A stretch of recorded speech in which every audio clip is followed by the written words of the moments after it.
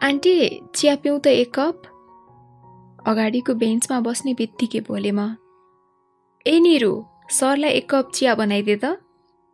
आन्टीले छोरीलाई हराइन्। त्यही नजिकै गिलास पखालिरहेकी उसले एकपटक मतिर हेरी अनि अलिकति मुस्कुराई। लगत्तै शिर निहुराएर चुलो भएतिर लागी। म त्यही बेन्चको छेउमा भएको पत्रिका तानेर पल्टाउन थालेँ। चिया, उसले मेरो अगाडि चिया तेर्स्याउँदै मधुरो स्वरमा बोली। मैले पत्रिकाबाट नजर हटाएर उसको अनुहारमा हेरेँ अनि अलिकति मुस्कुराउँदै चियाको गिलास पकडेँ। गिलास पकड्दा मेरा चिसा औँलाहरूले उसका कोमल अनि न्याना औँलाहरूमा हलुका स्पर्श गरे। मैले चिया पकड्ने बित्तिकै उसले आफ्नो हात तानी अनि फनक्क फर्किएर गई। निरु, ए निरु, म कोठा पुगेर आउँछु, एकैछिन हेर्दै गर है। आन्टी पसलबाट बाहिर निस्कँदै बोलिन्। उसले मौन स्वीकृति दिए। आन्टी पसलबाट केही पर पुगेपछि मैले बोलेँ, ए साउनी, एउटा चुरोट पाऊ न। उसले मतिर पुलुक्क हेरी अनि रिसाए चाहिँ मुख फुलाई। सूर्य चुरोट है साउनी। मैले उसको अनुहारमा हेरेर मुस्कुराउँदै बोलेँ। उसले मलाई खाउला चाहिँ गरेर आँखा तरी। मैले आफै नजर झुकाएर पत्रिकामा लगाएँ। लु, उसले चुरोटको खिल्ली मतिर तेर्स्याउँदै बोली। मैले चुरोटको खिल्ली पकड्दै उसको अनुहारमा हेरेँ। उसले उस्तै रिसाएर मलाई हेरिरहेकी थिए। मैले नजिकै रहेको सलाई तानेर चुरोट सल्काएँ। सल्काउने बित्तिकै उसले मेरो मुखबाट चुरोट तानेर भुइँमा फालिदिए। मैले हाँस्दै उसको अनुहारमा हेरेँ। उसका आँखा राता भएका थिए अनि मुख भने उस्तै फुलिरहेको थियो। मैले उसको अनुहारमा हेर्ने बित्तिकै ऊ फन्किएर पर कुर्सीमा गएर बसी। म त्यहीँ बसेर उसलाई हेर्दै मुस्कुराइरहेँ। केही बेरमा चिया सकियो। मैले उठेर पर्सबाट पैसा निकाल्दै बोलेँ, साउनी, पैसा लिनुस्। मलाई रिस नउठाउनु है धेरै। ऊ मुरमुरिँदै मेरो छेउमा आई। मैले के गरेर रिस उठाएँ त अनि? मैले हाँस्दै बोली। चिया खान यहाँ नआउनु भनेको किन नमान्नु? ऊ अझै रिसाउँदै बोली। तिमीले पकाएको चिया अन्त कहाँ खान पाइन्छ त अनि? मैले उसलाई जिस्काउँदै जवाफ दिएँ। कुन दिन आमाले थाहा पाउनुहुन्छ अनि थाहा होला। उसले केही शान्त भएर भने। थाहा भए झन् राम्रो नि, अहिले सर भन्नुहुन्छ त्यसपछि ज्वाइँ भन्नु होला नि। म हाँसिदिएँ। खुबै होला, त्यत्तिको आँट्नीले त आउनु नि माग्न। उसले तिखो बोली। अब अर्को साल चाहिँ पक्का आउने हो। मैले उसको चिउँडोमा हातले छुँदै बोलेँ, हेरौँला है त। उसले मेरो हात हटाउँदै बोली। मैले 50 को नोट निकालेर उसको हातमा राखिदिएँ। उसले पकडेर गल्लामा राखी अनि गल्ला बन्द गरेर मेरो अनुहारमा हेरेर निच्च दाँत देखाई। फिर्ता पैसा खै त साउनी? मैले हाँस्दै बोलेँ। के को फिर्ता नि, सक्यो हजुरको पैसा सबै। ऊ पनि हाँसी। एक कप चियाको 50 रुपैयाँ पर्छ त। अनि चुरोट नि चुरोट, उसले आँखा तर्दै बोली। मैले चुरोट खाएँ र? मैले सोधेँ। के थाहा त नि मलाई, मैले त दिएकै हो। ऊ उस्तै हाँसिरही। तिमीले नै फालिदिए कि होइन चुरोट, तिर्दिन म त्यसको पैसा। फालेको छैन मैले कसैको चुरोट सुरोट। उसले फेरि मुख फुलाएर बोली। अनि कसले फ्याँक्यो त अघि? मैले नजाने जे गरी सोधेँ। तपाईँकी गर्लफ्रेन्डले? ऊ गललल्ला हाँसी। उसँगै म पनि हाँसिदिएँ। चुरोट र चिया नै जोडेर पनि त 50 त हुन्न नि, फिर्ता ल्याऊ छिटो। मैले हाँसो रोकेर फेरि बोलेँ। पाउनुहुन्न फिर्ता, सकियो भनेपछि सकियो। उसले सिधा मेरो अनुहारमा हेरेर बोली। ठग्साउने, ग्राहकलाई यसरी ठग्न पाइन्छ? मैले भने। मजाले पाइन्छ। सस्तो खाने भए अन्तै जाने, मैले बनाएको चिया त महँगो पर्छ। ऊ फेरि हाँसी। अहिले ठग्दै गर न, अर्को सालदेखि जिन्दगीभरि सित्तैमा चिया बनाएर खुवाउने तिमी नै हो क्या र? म हाँसिदिएँ। ऊ अलिकति लजाए चाहिँ गर्दै मुस्कुराई। ल त साउनी, जान्छु अब म, ढिला हुन लाग्यो। म पसलबाट निस्कन खोज्दै बोलेँ। हस् मास्टर साहब, हजुर जान सक्नुहुन्छ। उसले हाँस्दै बोली। ए यता आऊ त एकछिन। अलिक अगाडि रोकिएर मैले उसलाई बोलाएँ। किन? ऊ मेरो अगाडि आएर उभिए। मैले लगत्तै उसलाई पकडेर ओठमा चुम्बन गरिदिएँ।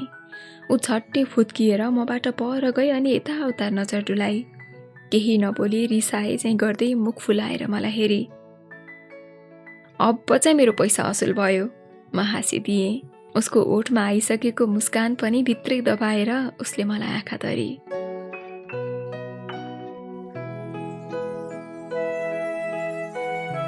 म हरेक दिन चिया पसल गइरहने भए पनि यसरी उसँग जिस्किने अनि चल्ने मौका भने कमै मात्र मिल्थ्यो। मौका मिलेको बेला भने म उसलाई सधैँ चिडाइहाल्थेँ, कहिले चुरोट मागेर त कहिले अपरिचित ग्राहक छे गरेर। म कहिलेकाहीँ पसल पुगिन भने भेट्ने बित्तिकै किन आउनु भएन भनेर सोधिहाल्थेँ, अनि पसल जाँदा पनि नआउनु यहाँ चिया पिउन भन्न छोड्दिनथे। म त्यही पसल नजिकैको ट्युसन सेन्टरमा पढाउँथेँ। ऊ मेरी विद्यार्थी पनि थिए। BBS दोस्रो वर्ष चल्दै थियो उसको। बेलुका 4 बजेदेखि 5 बजेसम्मको कक्षामा पढ्थ्यो। म कक्षामा पनि अरूले थाहा नपाउने गरी उसलाई जिस्काइदिन्थे कहिलेकाहीँ। ऊ उसै गरी मलाई आँखा तर्थे।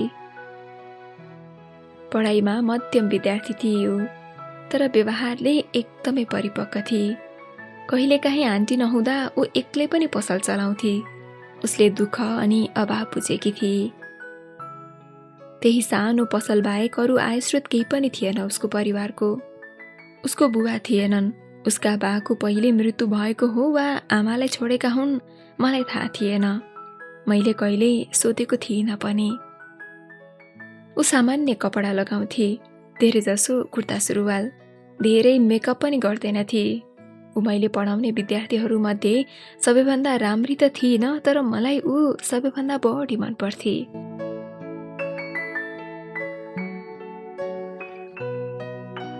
एक दिन शुक्रबार ऊ ट्युसन आइन।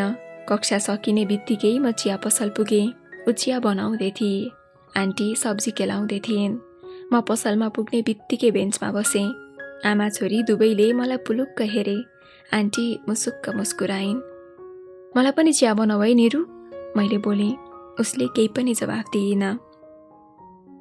आज ट्युसन किन आएनौ तिमी, मैले सोधेँ। आज जान भ्याइन सर, त्यो म उर्लाबारी गएकी थिएँ। म हिँडेपछि यसले पसल हेर्नै पर्यो, आन्टीले आफै जवाफ दिइन्। ए अब परीक्षा आउन लागिसक्यो, सकेसम्म नछुटाएको राम्रो नि, मैले बोलेँ। के गर्नु, भएको यही एउटा पसल हो, यो पनि बन्द गरेर त भएन नि सर, उनले अँध्यारो अनुहार बनाएर बोलिन्। चिया बनाउँदै गरेकी निरुको पनि अनुहार अँध्यारो भयो। उनीहरूको अनुहार देखेर मेरो पनि अनुहार लत्रियो। भोलि पठाइदिनु नि त, छुटेको म पढाइदिउँला। भोलि शनिबार म पनि फुर्सदै हुन्छु, मैले सानो स्वरमा बोलेँ। आन्टीले केही बोलिनन्, सब्जी केलाइरहन्। उसले चिया ल्याएर दिए। मैले पकड्दै बोलेँ, भोलि आउनु, म छुटेको पढाइदिउँला। कति बजे, उसले सानो स्वरमा सोधे। छुट्टीको दिन 8 बजेसम्म त म सुतेकै हुन्छु, त्यसपछि जतिखेर आए नि हुन्छ, मैले हाँस्दै बोलेँ। ऊ पनि अलिकति मुस्कुराई। भोलिपल्ट बिहानको 10 बजे ऊ आई। मैले उसलाई हेरेर जिस्काउँदै बोलेँ, किन आएकी हौ आज, शनिबार भन्ने बिर्सियौ क्या हो, किन बोलाउनु भयो त हिजो, उसले आँखा तर्दै बोली। मैले बोलाएको थिएँ र, म फेरि जिस्किएँ। नजिस्किनु है धेरै, कक्षा खोल्नु छिटो, उसले थर्काई। किन खोल्नु कक्षा, तिमी एक्लै त हौ, माथि हिँड, कोठामै सिकाइदिन्छु, यति भनेर म माथि कोठातिर लागेँ। ऊ पनि चुपचाप मेरो पछि पछि आई। कोठामा पसेपछि मैले ढोका बन्द गरेर चुकुल लगाएँ। उसले अनौठो नजरले मलाई हेरी, तर केही बोलिन। ऊ पलङको छेउमा बसी अनि किताब र कापी फिजाउन थाली। किताब खोल्न थाल्यौ त, मैले त शनिबार पढाउने गरेको छैन, म उसलाई चिड्याउन थालेँ। धेरै नजिस्की सिकाइदिनु है खुरुक्क, उसले घुर्की लगाई। यसरी एक्स्ट्रा क्लास लिएको पैसा कसले तिर्छ मलाई, म तिरौला भोलि, उसले मुख फुलाउँदै बोली। साह्रै महँगो लिन्छु म एक्स्ट्रा क्लासको चार्ज फेरि, म उसको छेउमा आउँदै बोलेँ। खुब होला, किन नि महँगो, उसले मलाई पुलुक्क हेरेर बोली।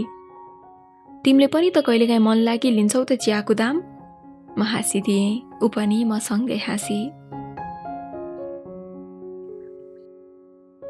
म उसको छेउैमा बसेँ। उसका र मेरा तिघ्रा जोडिए। उसको तिघ्राको न्यानोपनले मलाई सिरिङ्ग बनायो। ऊ फनक्क मतिर फर्की अनि मेरो गर्दनमा पकडेर ओठमा ओठ जोडाई। लगत्तै ओठ चिकी अनि भुइँतिर नजर झुकाएर हाँस्दै बोली, यतिले पुग्छ होला नि हजुरलाई एक्स्ट्रा क्लासको फिस। मैले उसलाई तानेर आफ्नो छातीमा जोडाएँ अनि उसका ओठ छेउमा ओठ लगेर सानो स्वरमा बोले, अह पुगेन यतिले, म आफै लिऊ अरू। उसले मेरो ढाडमा हात लगेर लजालो मुस्कुराहटको साथमा टाउको हल्लाएर स्वीकृति दिए। मैले मेरा ओठलाई उसका ओठमा खप्टाइदिएँ। उसले आँखा बन्द गरी। मेरा ओठका बीचमा केही बेरसम्म उसको तल्लो ओठ चेपियो। उसका हातहरू मेरो ढाडमा अझै कसिन थाले। बिस्तारै उसका पनि ओठहरू सलबलाए। केही बेरमा नै हाम्रा जिब्राहरूको एक आपसमा स्पर्श हुन थाल्यो। मैले उसलाई बिस्तारै पलङमा लडाएँ अनि उसको छातीमा मेरो छाती खप्टाएँ। उसको कोमल छातीको स्पर्शले मेरो मुटुको धड्कन तेज हुन थालेको थियो। उसको पनि श्वासको गति तेज भएको थियो। मैले मेरो एउटा हात उसको कम्मर हुँदै कुर्ताभित्र हालेर उसको पेटमा राखेँ। उसको पेट श्वासको गतिसँगै तल माथि गर्न थाल्यो। उसको न्यानो शरीरको स्पर्शले मेरो हात पनि न्यानो भयो। मैले मेरो हातलाई कुर्ताभित्रैबाट उसको छातीतिर लग्न खोजेँ। कुर्ता शरीरमा टिमिक्क मिलेको भएर मेरो हात छिर्न मुस्किल हुँदै थियो। उसले एक्कासी चुम्बन गर्न छोडेर सासले बोली, च्यात्तिन्छ। उसले यति भनेपछि मैले पूर्ण स्वीकृति पाएको थिएँ। केही बेरमा नै हामी सर्वाङ्ग एकअर्काका भयौँ।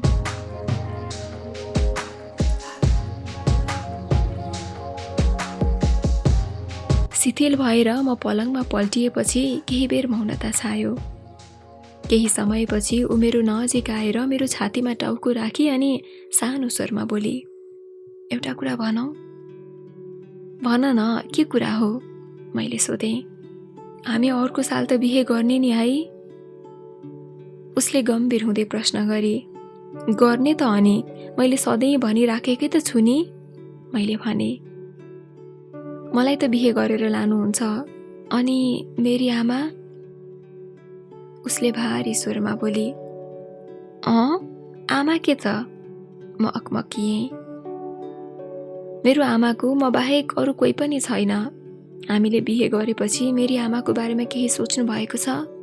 उसले मेरो अनुहारमा माया लाग्दो तरिकाले हेर्दै बोली। मैले कहिले पनि त्यो बारेमा सोचेको थिइनँ। मलाई उसँग विवाह गर्न मन थियो। मेरी आमाले चाहे जस्तै घरगरी खाने बुहारी भित्राइदिने रहर थियो। तर मैले कहिले पनि सोचेको थिइनँ कि उसकी आमाको जिम्मेवारी पनि निरुसँगै छ भनेर। केही सोचौँला नि, अहिले नै बिहे गर्ने त होइन क्यारे? अझै 1 वर्ष त बाँकी नै छ। मैले अलि हडबडाउँदै बोले सायद। त्यही पनि त, यसो सम्झाएको नि हजुरलाई। उसले थोरै अनुहार अँध्यारो बनाएर बोली, सम्झाउनै पर्दैन नि, सबै थाहा छ मलाई। मैले अलिकति मुस्कुराएर बोले। सायद उसले चाहे जस्तो उत्तर मैले दिइनँ, त्यसैले उसको अनुहार अझै खस्कियो। मैले उसलाई अझै नजिक तानेर छातीमा जोडले कसेँ। ऊ केही नबोली चुपचाप छातीमा टाँसिरहे।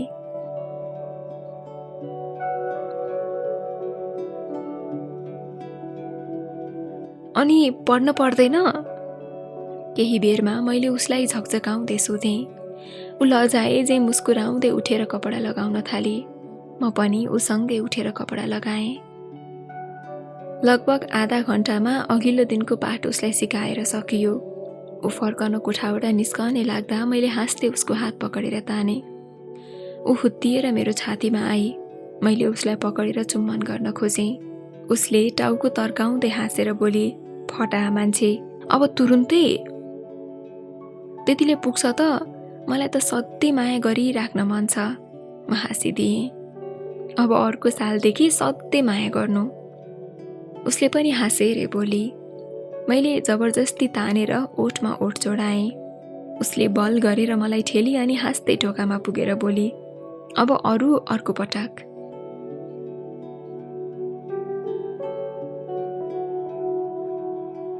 तर त्यो अर्को पटक कहिले आएन।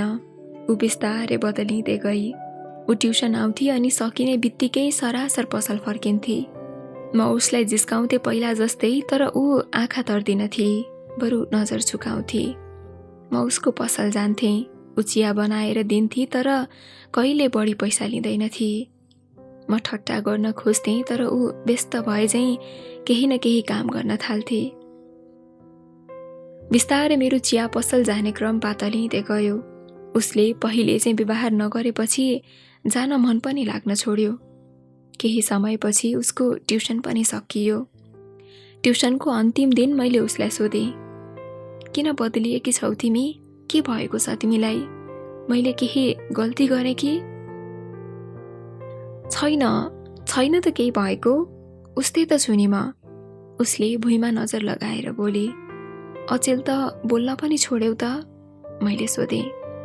बोल्दैछु त नि, उसले सानो स्वरमा बोली। म मन पर्न छाड्यो हो, बिहे नगर्ने अब मसँग? मैले ठाडो प्रश्न गरेँ। मन पर्छ, हजुर जस्तो मान्छे किन मन नपर्नु मलाई? बिहे गर्न त पहिले हजुरले आमासँग पो कुरा गर्नुपर्छ त। उसले अगाडि आएको केसलाई कानमा राख्दै बोली। माग्न पनि आउनु कि नआउनु भइसक्यो मलाई त। तिमीले नै पराई चाहिँ व्यवहार गर्न थाल्यौ। मैले उसको अनुहारमा हेरेर बोलेँ। आउने नआउने त हजुरको विचार नि। उसले ठाडो उत्तर फर्काई। मलाई उसको उत्तर चित्त बुझेन। ए ल ल जाऊ जाऊ, ढिला भयो होला, मैले निराश स्वरमा बोलेँ। उसले एकपटक मेरो अनुहारमा हेरी अनि अँध्यारो अनुहार बनाएर त्यहाँबाट हिँडी। त्यसपछि पनि म कहिलेकाहीँ चिया पसल जान्थेँ, तर उसको व्यवहार बदलिएन। म जे अपेक्षा लिएर त्यहाँ जान्थेँ त्यो कहिले पुरा भएन।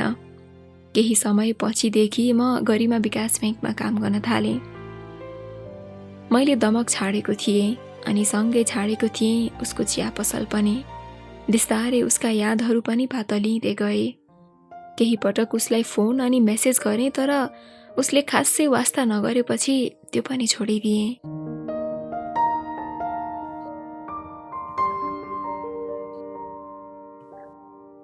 समय बित्दै गयो। ऊ मेरो यादमा पनि बिरलै मात्र आउँथे। उसलाई सम्झँदा पनि मलाई उदेखि रिस उठ्न थालेको थियो। मैले त्यति माया गर्दा गर्दै पनि उसले पराइजे गरेको सम्झँदा मन गह्रौँ भएर आउँथ्यो। यसो गर्दा गर्दै समय बितेको पनि पत्तै भएन। 6 वर्षपछि मैले मेरो विवाहको भोलिपल्ट फेसबुक मेसेन्जर खोलेर हेरेँ। मेसेन्जरमा बधाई अनि शुभकामना दिएका मेसेजहरूको लस्कर थियो। मेसेन्जरकै सिरानमा एउटा मेसेज रिक्वेस्टको नोटिफिकेसन थियो। सुरुमै मैले त्यसलाई खोलेर हेरेँ। त्यो मेसेज अरू कसैको नभएर उही निरुको थियो। मेसेजमा लेखिएको थियो, बधाई छ सर, बिहे गर्नुभएछ, खुसी लाग्यो, म्याडमलाई धेरै माया गर्नुहोला। मेसेज देखेर एकपटक झनक्क रिस उठ्यो। फेरि उसको बारेमा जान्न पनि मन लाग्यो। मैले ढिला नगरी उसको प्रोफाइल खोलेर हेरेँ। प्रोफाइल फोटोमा उसको समुद्र छेउमा उभिएको चिटिक्क परेको फोटो थियो।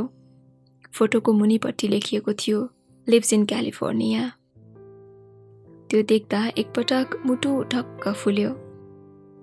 सायद जलन भएर आयो। मैले लगत्तै स्क्रोल गरेर केही तल सारेँ।